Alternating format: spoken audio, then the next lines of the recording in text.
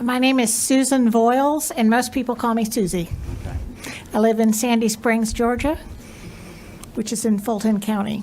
Okay. And tell me about your being a poll manager and what you've done as far Ms. as- Smith, I'm going to need for you to, I know she's behind you, but I'm going to need for you to speak into the I'm sorry. microphone so that you can be heard Okay. online. I'm Sure, sorry absolutely. to interrupt you, but you may want to start over. Okay. Ms. Voiles, if you could tell the committee here what your role is as a precinct poll manager and how long you've been doing it, and then kind of get into how you were involved with the recount, et cetera. I'd be happy to. Okay. I have been a manager of a precinct polling location in Sandy Springs for over 20 years. I've mostly been in the same location.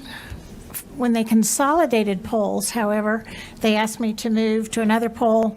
Then when they pared them down, I got to go to SSO2 again, which I thought was a wonderful thing. Anyway, I have never experienced in all my time an election quite like this one.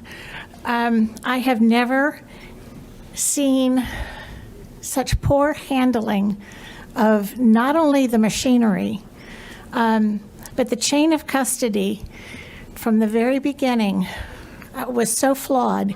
I went in on Sunday, and that's the typical day that we pick up our things. And all our equipment, our big BMDs, the ballot marking device, is supposed to be put in place. Could you tell what date that was, please? Yes, that would have been Sunday, the 1st of November. It's always the Sunday prior. And that Friday prior to that, our ballot marking devices are all supposed to be in the location of our poll. Up to that point, I had no idea that mine were not there. But when I went in on Sunday, I'm to pick up my poll pads, a lot of material, and the poll pads are really an updated version of the numbered list of voters. It's just on an iPad-like device. And it also has a place where I can encode the cards for the voters, the voter access cards. But when I went in, the only thing I received was my telephone. And he's... Ms. Voiles, I'm sorry. Could you, we've got limited time. Why don't we skip ahead to when you were involved with the recount on November 14th? I'd be happy to. Okay. On Saturday, well, I was called the day before on the 13th. Friday the 13th, I was called and asked, could I obtain two of my assistant managers, and would I be willing to go down to perform the audit? I said, yes, I would. Unfortunately, we had to sign up for the entire 5 days, Saturday through Wednesday, and from 7 a.m. to 5 p.m. every day. If we could not commit to that time, they did not want our services. So I could, but my other assistant managers could not. I did go down with another manager, and our first box that we finally got close to 10 o'clock in the morning, I believe it was 9:45, because they didn't have enough tables for everybody.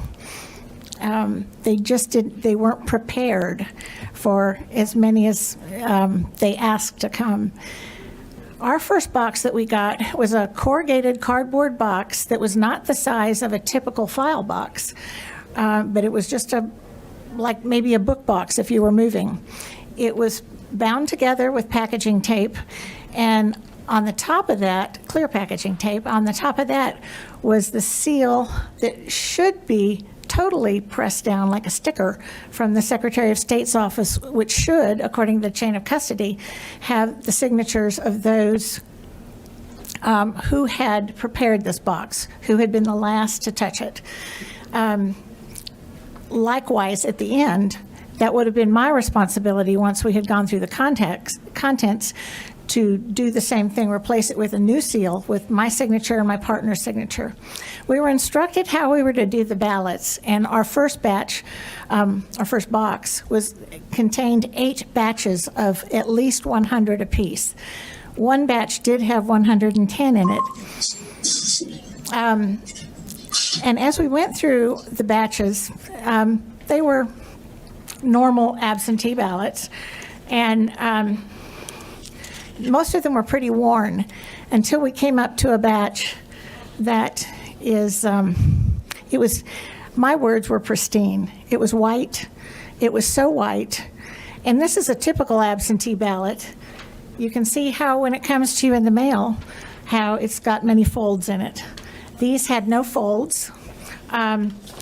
You could see where it should have been folded if it went through a folding machine, or for the voter to figure out easily how to do that. But these did not have that. I was running my hands up, and I said to my seatmate, I said, feel these. They feel different. And when you have felt absentee ballots for as long as I have, yeah, the years are creeping up there, you know the feel of them. You know the feel of a real dollar bill. You know the feel of a play dollar bill, even though it might look genuine. But the thing that really jumped out at us, besides the feel of these ballots, besides there were no folds, was the fact that the first one that was bubbled in had almost a little eclipse of white in the bubble where you would bubble in. And in that ballot, I mean, everything else was right there.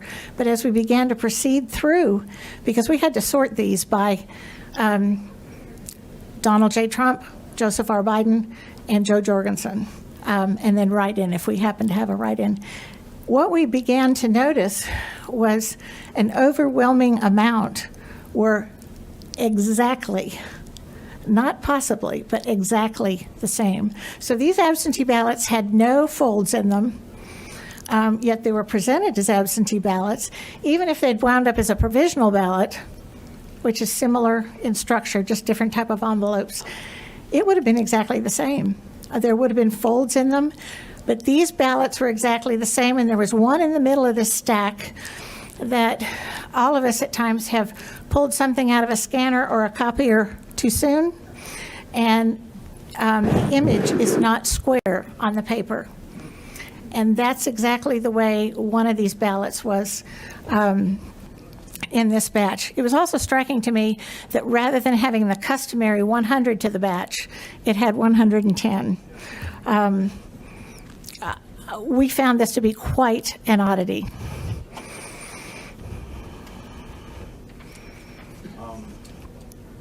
Talk about the when you were down there about the microphone. Oh, I'm sorry.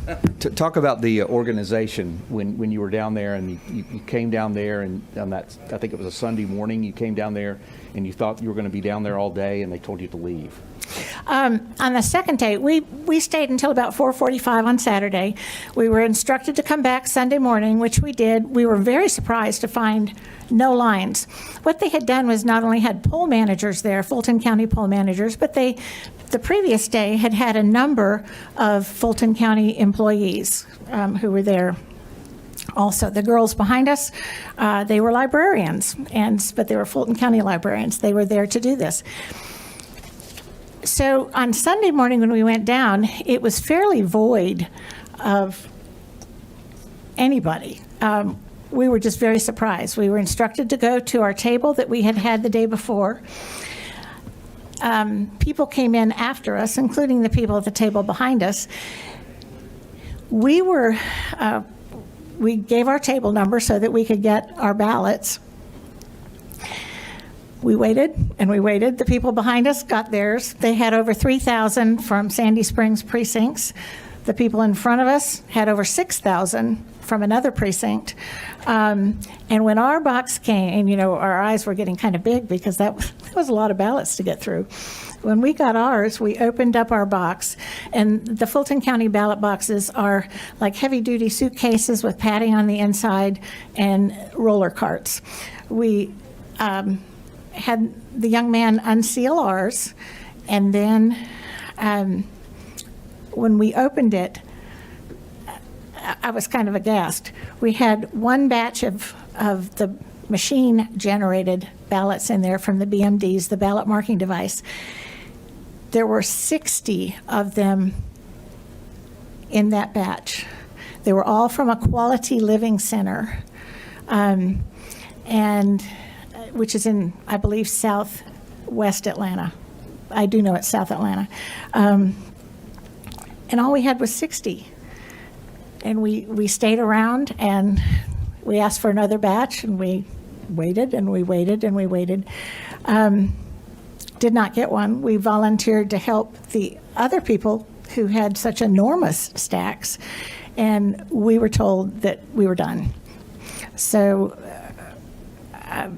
the thing that was also an oddity to us, whether it was the Sunday bunch, I've done this long enough to know the votes are usually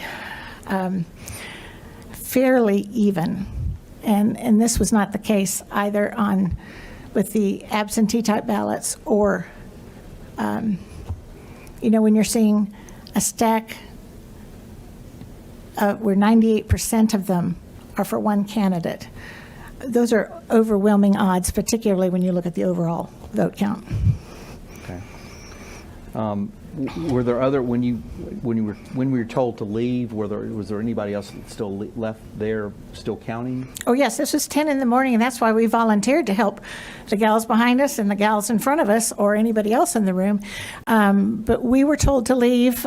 Some other friends of ours, Dr. and Dr. Roll, were told to leave. And so I suggested to my partner that we left. And when we were there the night before, there were pallets of ballots that needed to be addressed and counted. And those pallets were non-existent the next day. And to be told we had to block off so much time and miraculously finish by 10 o'clock on Sunday morning and not required for any other service. That was amazing. No further questions of this witness. Thank you so much, Mr. Chairman. Ms. Wells, thank you for being here with us today, and thank you for working as a poll manager. As it relates to the ballots that you discovered that were pristine and not folded, I'm assuming as a poll manager, you're familiar with the process of ballot duplication? Yes, I am. Or replication? Now, are you speaking if something was flawed and could not go through the scanner? Is that what you're Yeah, speaking either of? flawed and cannot be read by the scanner, or a UOCAVA ballot that is printed on a home printer overseas and then mailed in, and then is going to be duplicated onto a ballot by poll workers such as yourself? I certainly am, but if that were the case with these ballots, the markings would not have been identical through 98% of the ballots. Well, couldn't it be explained, the lack of folding, could that, and the fact that they were more identical, couldn't that be explained by the fact that they were all personally replicated and duplicated with observation by individuals working that same poll? Well, the probability of that, I would think, is very slight, because why would 98 ballots have that little white eclipse on the very first presidential ballot? Why would all of them be exactly the same? It was very easy to see that a ballot had been replicated many times. One was hand done, the rest had some other marking device, whether it was copied, whether it was scanned, So your testimony is that they just looked too identical. It's not that, because I understood you to say the fact that they were folded set off alarm, or not folded Not set off folded. alarms for you, where my more limited understanding of the process is that it makes perfect sense due to the duplication process that not every ballot would be folded. So your testimony is that they looked too similar my testimony to is have that been properly duplicated? correct, none of them were folded. But None wouldn't- of them, if something had been done, it would look somewhat accordion like this. None of them were like this. Well, so can you educate me for a second? Because I guess what I'm not understanding is why those would be folded, because my understanding of the duplication process is that they indeed would be pristine and not folded. Well, you would not have had the score marks in them that where they should have been folded by, if you're familiar with any type of mailing, you know, whether it's a church bulletin or, you know, your school report cards or whatever it is, they have wonderful folding machines. But they are usually sent by the printer. And I don't think it's the fold so much. It was the feel that drew our attention to how all of these were marked. So your testimony is it's not so much the fold, it's that they felt differently. Is that correct? That's what drew our attention to it, was the fact that they felt differently. And then as we began to examine the ballots, we saw that they indeed were different. We had already been through 600, 6 batches, which would have been over 600 ballots. And these were much different. Not explainable by the normal duplication process that No. would be done No. as a batch. All right, thank you. Senator Heath?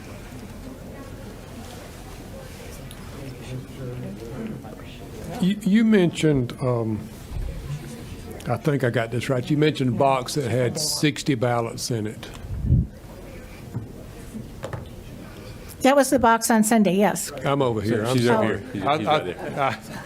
You saw my head bobbling around. Yeah, I thought you were I'm on sorry. something more Yes. important, so. No. Nothing more important than what you're asking. So, yes, Sunday there were 60 ballots in our box. And that box was from Quality. Quality Living Center, and those were all generated on a ballot marking device, which is looking like a larger iPad. It's the Dominion. So is Quality, I'm sorry, is that a voting precinct, or is that? No, sir. It is simply a men's recovery center, and that was very unusual to me also, because most of our senior centers have been trying to get at least one sort of precinct designation or early designation for the 20 years that I've been doing this, and they have not. So to have a 60-person facility. So is this, Fulton County made mention that they had some Mobile units. mobile units that they, it seemed to me that they were saying like they were mobile precincts, that if they had an issue at a precinct, they could roll in there with this thing and take over the work there. I had some questions about how you reprogram a precinct from being precinct 1 to be precinct 54, for example, because there would be potentially different ballots on that, like if there were school board or city council or county commission or whatever. Not all precincts have the same ballot, at least in some elections.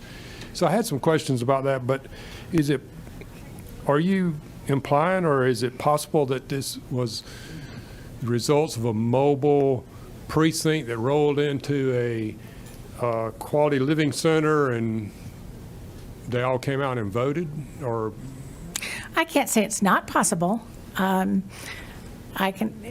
is a possibility. I'm trying to understand But how usually- you knew they came from Quality Living Center. Because that was on the ballot box. Every batch of ballots that we received told us where they had But that's originated. generally a voting precinct. No, this is not a voting, this is just where those 60 ballots had come from. They took a voting unit there, and I cannot answer whether it was a single BMD or whether it was the unit. So it could have been the mobile voting unit or mobile precinct. I think Fulton County testified they had 2 of these. But my point is that they sort of, I'm not sure how the level of detail at the elections, but I don't think you can just decide, oh, we'll have a precinct over at the Kroger today from noon to 3, and then we'll move over to somewhere else Well, later that day. I don't, and furthermore, I mean, I understand having ballots, a group of ballots that came from a precinct, but a group of ballots that came from an address doesn't seem right. If I might answer your question from another direction, when I finally did receive my poll pads and we were trying to have our first voters vote first thing in the morning, the one thing that we noticed, and I did bring, if you'd like to see, I brought the poll pad. The first thing that came up was the voter didn't belong in that poll. And yet I saw her, her ID and her license address and everything like that, and I thought, well, this is screwy.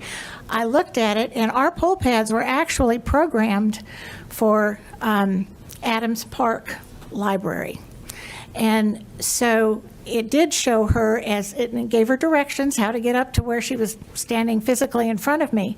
And so then at that point, what was done, since when the text finally came in to remedy this problem, they, with the use of the internet, got a hold of Dominion in Denver, and they were able to reprogram those.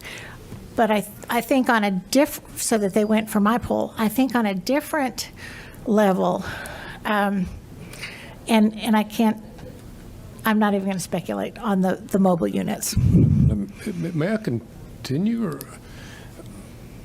So I thought that I understood that the voting system was separated from the world by an air gap, that they're not connected to the internet. What I thought I heard you say is that you were able to contact Dominion, they were able to fix the problem. That indicates to me that somehow they're able to communicate with the device that you have. Yes, sir, they were. And to give you an example, I am not a tech person, but the best way I can explain it to you is when something happens with my phone that I have an iPhone, or something happens with my Apple computer where I need additional assistance with that. I call up Apple and I say, this is what's happening. And they say, do I have permission to take over your computer? And of course, I give them the permission to do that because I want it fixed. That was the exact same thing. I had to give them permission to take over my poll pad so that they could reprogram it from Adams Park to SSO2 A and B, which is at West Spalding Drive Elementary. One final, I think. So as I think through this, there's some protection, should be some protection that keeps me from going to one precinct and voting, and driving over to another precinct and voting. That would seem to require that maybe it's this poll pad, not the actual ballot marking device or the scanner, but the poll pad has to be connected to other poll pads. But so maybe what you're saying is that poll pad, that update on the poll pad is not generating ballots. It's only generating a card that you then take to the ballot marking device to vote. Is that correct? Or? That is partially correct, sir. We also had with our ballot marking devices at the same time, because of whatever was going wrong and we could not encode the cards, they fixed those machines, the ballot marking devices, at the same time. So does that answer your question a little bit more? Yes, they operated remotely on both the ballot marking device and on the poll pads. We also had someone there. We've always been told we cannot take our personal computers or even have our phones there.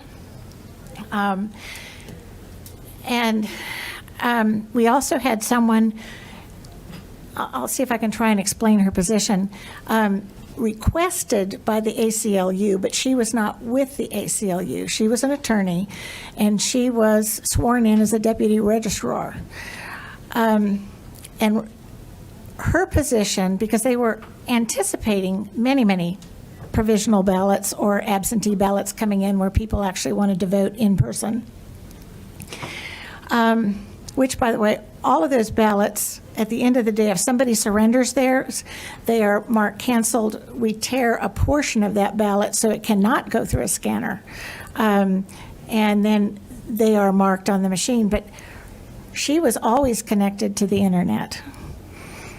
And we have been told that never, I'm not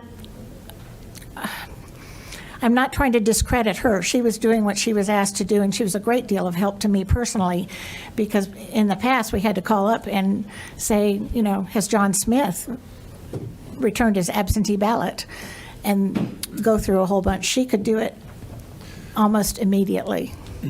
Okay, Senator, I have a couple of questions, and we'll need to move on. Senator Kennedy and then Senator Brass. I'll get you on this one. Go ahead. Thank you, Mr. Chairman. Ms. Boyles, thank you very much for appearing before this committee.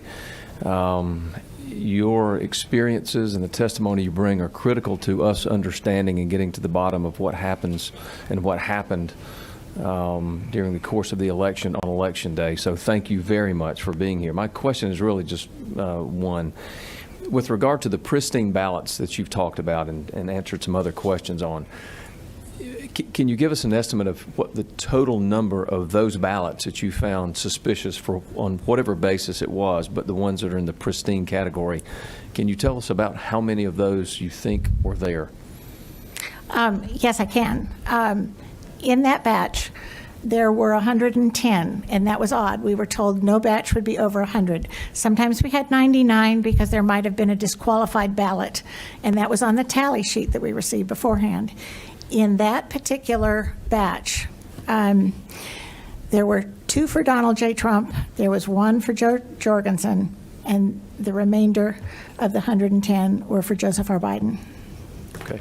I said one question. Can I ask one more, Yes. Mr. Chairman? A different question. Were there, other than the experience that you answered questions about for Senator Heath, of ballots that indicated or had some indicia from which they were sourced geographically, some address or something indicating where they came from, did you see anything like that in addition to what you've already described? That is, ballots that had some indicator or some way to trace back or some suggestion of the sourcing of where they came from geographically? Yes, this first box that we received all indicated that they were from the center that was put up at State Farm Arena. I'm sorry. Thank you. Thank you, Mr. Chairman. Senator Brass. Thank you, Mr. Chairman. Thank you, Ms. Susie, for being here. Going back to that pristine batch of 110, did you say you've been doing this poll managing for 21 years? Did I hear that earlier? Or? You heard over 20 years. Over 20 years, okay. So in your over 20 years experience, have you ever seen a batch that was completely pristine like this with no folds? Yes or no is fine. No. Okay. In your 20 plus years experience doing this, have you ever noticed or seen ballots to where the mark was pretty much the same in every spot? Yes or no will be fine. No. Okay. Senator Cardin. Senator Summers. Yeah, sorry about that. It's all right. Have any of your colleagues in Georgia, 159 counties, you are the mayor, by the way, have they come forward as you've come forward as telling us these facts that you know to be true about the way these ballots are done? Is anybody else in Georgia, poll workers or the head of the poll, doing that? Yes, sir. Okay. Are you able to, Mr. Mayor, will you be able to submit that to this committee of what will happen? We have, Ray can address himself to this, we have over 100 affidavits. The witnesses that we're presenting today are just examples of numerous other witnesses who have the same information or similar information. We didn't think we could take up your time with 100 witnesses. For instance, we had a witness from Bibb County who saw these same pristine ballots in Bibb County.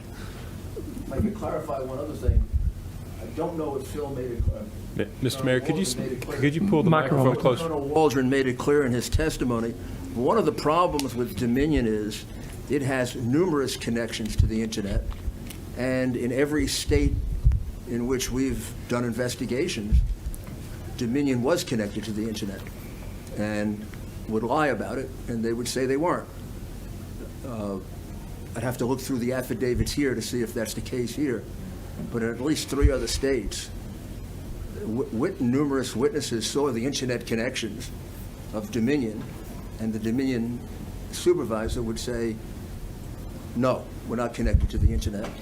And Phil has evidence of those communications into the Dominion machine and communications outside, which we can submit to you. May I add a comment there about the techs and everything? Most of us did not have a technical person within our precinct. We had to wait for one to arrive from Fulton County. So I hear there is a rumor that everybody had a tech, and I talked to Mike Dvorak. I was asking him, and he did not have one in the poll that they managed. I did not have one, and numerous other people had to wait hours for techs to come. Thank you. Senator Anderson. Thank you, ma'am, for being here today. Thank you, Mr. Chairman. Going back to Senator Heath's comments, did I understand that the Dominion's supposed to not be tied to the internet or tied to any type? That is my understanding. However, Okay. It is, and if you look on their own website, I told you I'm not a real big tech person, but they showed you how to repair things or how to download things. Now, did I hear you correctly say that you could call them and then they could, over the phone, fix the machine? We did call them, and they did fix our machine over the phone. All right. How do you honestly know that you was really talking to somebody from Dominion? How do I know when I call Georgia Power that I'm honestly talking with somebody from Georgia Power? Right, but I mean, That's the number that we're given. Really, we don't even know if you're really talking. You're hoping you are, but you're really not knowing that you're really talking to the right people. I mean, I don't. Well, that sounds a little more nefarious than I'm giving. I mean, it's a possibility, is what I'm trying to say. Well, I guess anything's a possibility, but if Fulton County gives us or gives our techs a number Right. for Dominion, I would assume. And they can fix it over the phone. Right, they fixed it right there. I can. I think got. That's all our questions here from Ms. Voice. Thank you, ma'am, for being here today. We appreciate your time. Thanks for having us. We'll move on to. Could I take one point of personal privilege Yes, for a ma'am. minute? One of my concerns over the years has been how many laws have been set concerning our voting system, and I take this very, very seriously. And so when the new secretary was in, I went into the office and I did speak with Sam Teasley, and I said, how many people in here have ever worked a polling location to see beyond theory, have seen the actual practice? And I do have to compliment Sam Teasley out of that office for taking me up, and he worked, his wife worked, and his daughter worked so they could compare notes. And I really appreciate when people will do that. So thank you. Thank you. Okay, I think